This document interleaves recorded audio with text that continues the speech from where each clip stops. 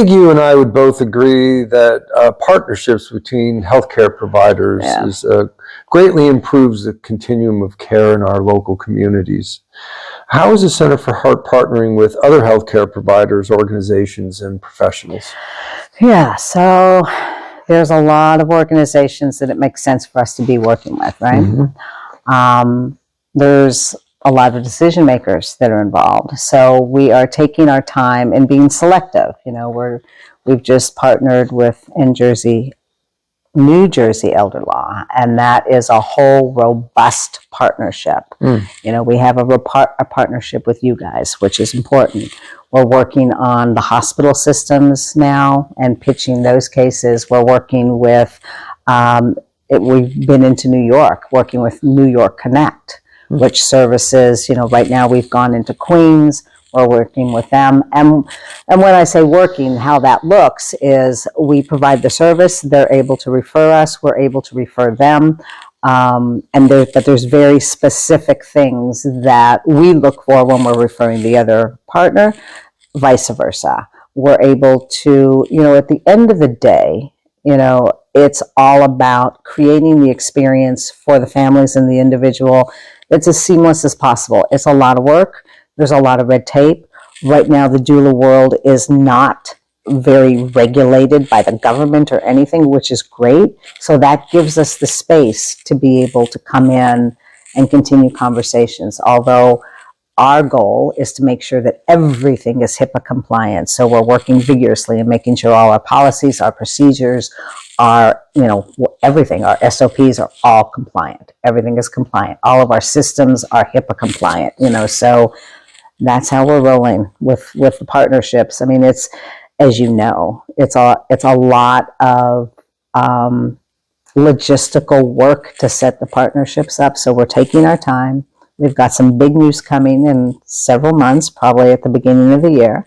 So I'll keep you posted. Good for you. It sounds like you're tapping into that corporate world that you were in at one time. Yeah, let me tell you what, that corporate world. Definitely, because, you know, without the money, there's no mission, and that's what we're looking for. Yeah. Well, speaking of corporate world, I know you not only work with dying and the bereaved, but you also consult with business leaders. Yeah. I'm very curious, is there a similar empathic element or model you provide that's effective in both these environments? This is the grief work. This is the grief work. Okay. You know, a little story about me. So, you know, I came from Coca-Cola, went directly into Citibank, and it was all in the training and the development. And looking at these huge organizations, take 4,500 employees through a process.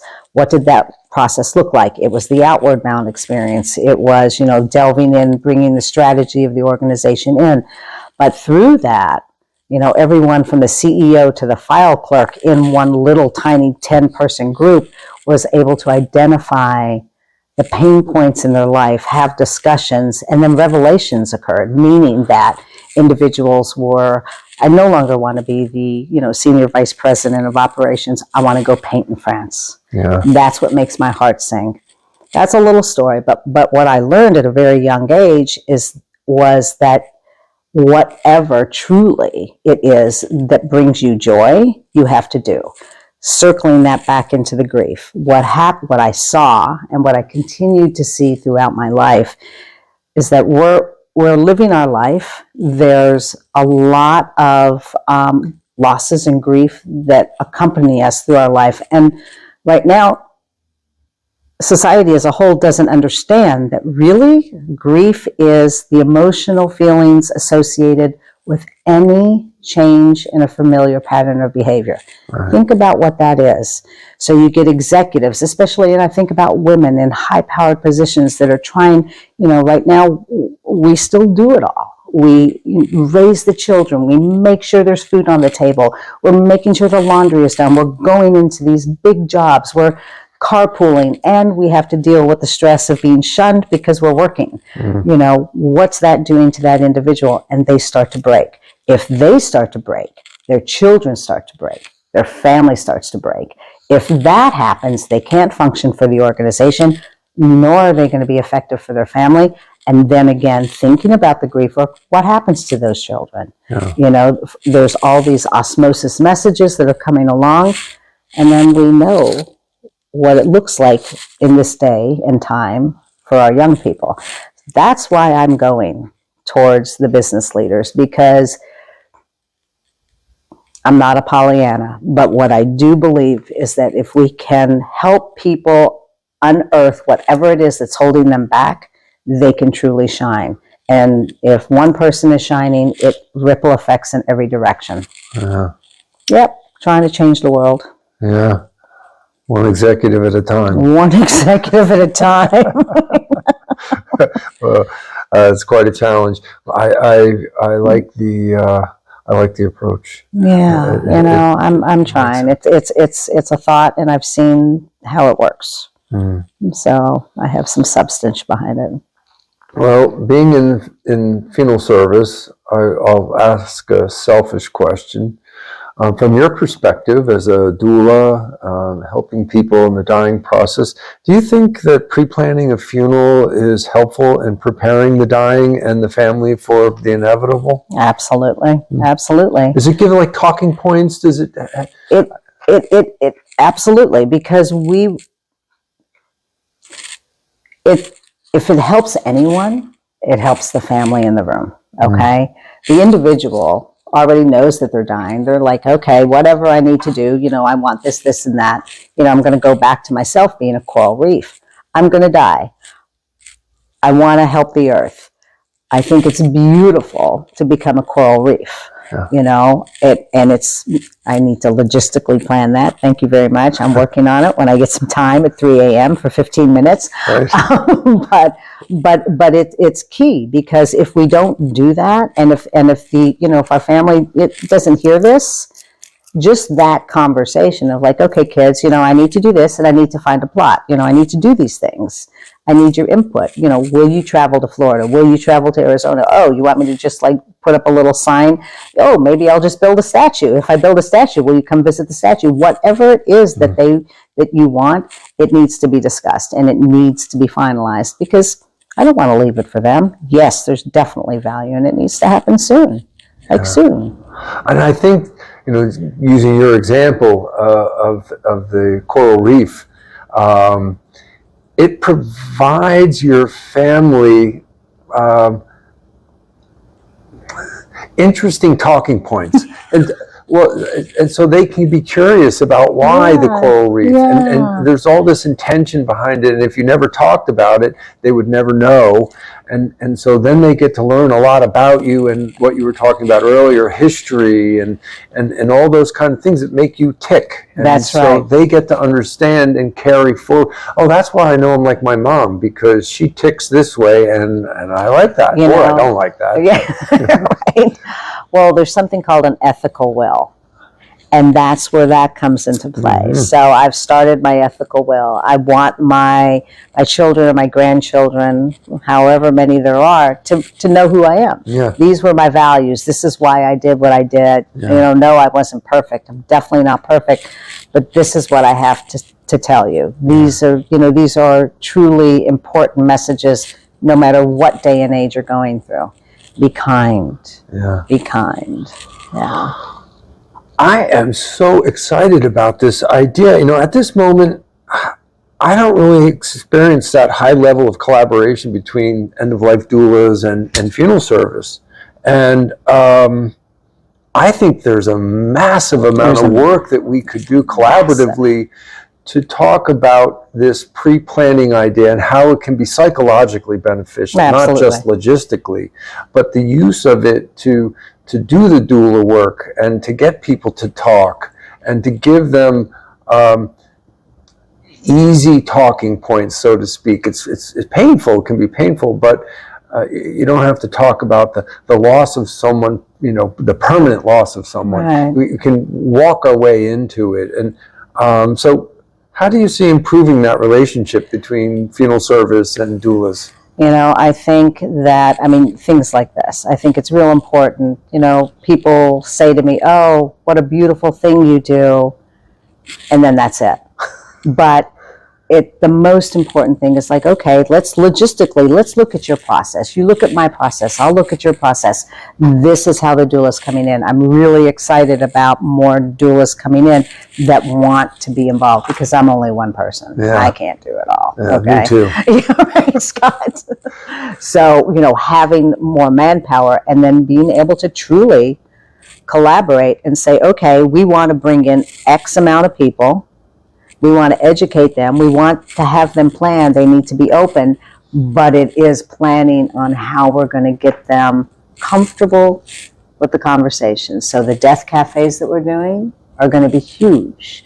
And that's where I think that's where we should start. And I think that should happen a lot, for sure. So I was born into funeral service. I feel in many ways I've grown beyond the traditional funeral service. I bring in the psychology and the emotion and faith. It's not just religion.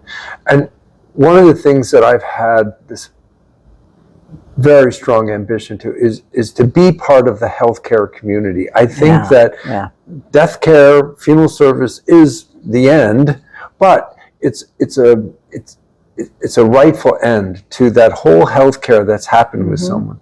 And you've given me this inspiration today. Like, I think this is one of the bridges that can be made, is the doula work that you're doing in funeral service, to be able to have collaborative efforts where what we do and how we do it and why, from a psychological as well as a logistical piece, and vice versa. What are you doing that we then can take with us in funeral arrangements to carry on all the work that you've done to build that history and that connection between that family? I think there's so much work to be done. There really is. And having families come in, there's a lot of times during, especially the hospice stays, it's so intense, and there is so much fear, and there's so much anxiety. Getting them eased through it, getting them, okay, let's go ahead. Let's get this planned. We can make it beautiful. We can honor them. Let's pull it together, because the last thing you want to do, family, is have that loss of not honoring them. And how does that work? Because really, you're not only honoring the individual who's dying, but like the whole family. Absolutely. You're honoring the history of that family. It's and there's value in that. And also too, no life is perfect. There's a lot of lives that weren't glamorous. They weren't big. They were quiet. They might have been destitute, whatever it is. That's still a human being that needs to be honored. Well, whatever the case. I'll take that a step further as well. There is very negative parts about all of us. We all have our mishigas, our evil parts, whatever. And I think in the dying process, if that's not forgiven, resolved amongst the family members, because part of it was carried to the next generation. Absolutely. And the next generation. Absolutely. And if they're not aware of that, then I think that part gets stuck. That part of their soul is that's the resistance that they don't want to know about. So if you can help them talk about it, and then it can be finalized, so to speak, in the funeral. It's a very powerful process. It's a very powerful process. I would say that the saddest thing is when there is an individual who wasn't the best that they could have been during their life, and the family stays away, and now that individual has died. That individual, as I was sitting bedside, was begging for forgiveness. I was the only one present. I was forgiving. Like, absolutely, of course, you are not a bad person. You were doing everything you knew to do based on your life experience, based on the depression, based on the Holocaust, based on all of that. Right. So then trying to make that healing happen. Let me tell you, the goal is to heal. The goal is to heal. Yeah. And it takes a lot of work on all different levels, but absolutely, I'm in. Okay, me too. Well, with all of your experience in end-of-life matters, bereavement support, leadership training, what guidance can you give the audience? You know, I think I do go back to my own life experience, and I don't know if it's constitutional or what it is, but I've had a life, and there's been a lot of trauma, and there's been a lot of pain. The one thing that I knew, and I'm not even bringing any, quote, religion into it, but I knew that I was responsible for myself.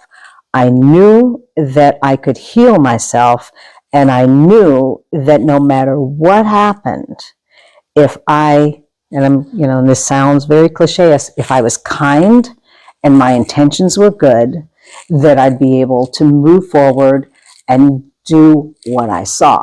And what did I see? What I saw was there was this whole world in this death and dying geriatric. Yeah, it started with the aneurysm and going through that, but I'm telling you, years prior, the thought entered my head is like, this is where I need to be. This is what I need to be doing. So my encouragement, and when I talk to young people, is whatever is striking you in your gut, whatever you know that this is something you want to do. You know, if you want to be, you know, saving the whales, great. You still have to work at Starbucks for a while. You continue with your plight. You make sure that you're basing it out of kindness and out of love, because that in itself will open up the doors. That's what it's done for me in light of everything that's going on, in light of Jonathan's disease, in light of, you know, the sorrow and the pain surrounding that.